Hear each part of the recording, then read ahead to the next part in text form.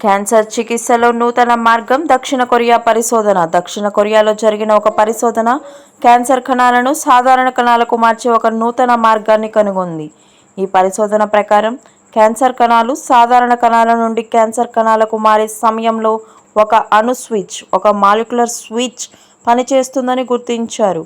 ఈ స్విచ్ని కనుగొని దాన్ని నియంత్రించడం ద్వారా క్యాన్సర్ కణాలను తిరిగి సాధారణ కణాలకు మార్చవచ్చని పరిశోధకులు భావిస్తున్నారు. ఇది ఎలా పనిచేస్తుంది?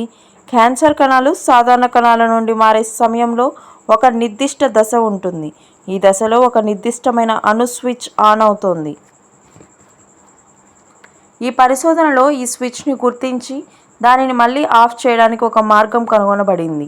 దీని ద్వారా క్యాన్సర్ కణాలు తిరిగి సాధారణ కణాలకు మారుతాయి. ఈ పరిశోధన యొక్క ప్రాముఖ్యత ఏంటంటే, ఈ పరిశోధన క్యాన్సర్ చికిత్సలో ఒక కొత్త యుగం ప్రారంభం అవడానికి దోహదపడుతుంది.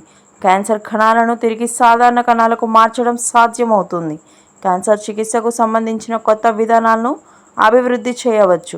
ప్రొఫెసర్ క్వాంగ్ హ్యూన్ చో మాట్లాడుతూ, మేము ఒక స్విచ్ని కనుగొన్నాము. ఇది క్యాన్సర్ కణాలు సాధారణ కణాల నుండి క్యాన్సర్ కణాలకు మారే ముందు ఆ నిర్దిష్ట దశలో పనిచేస్తుంది. ఈ స్విచ్ని నియంత్రించడం ద్వారా క్యాన్సర్ కణాలను తిరిగి సాధారణ కణాలుగా మార్చవచ్చు అని అన్నారు.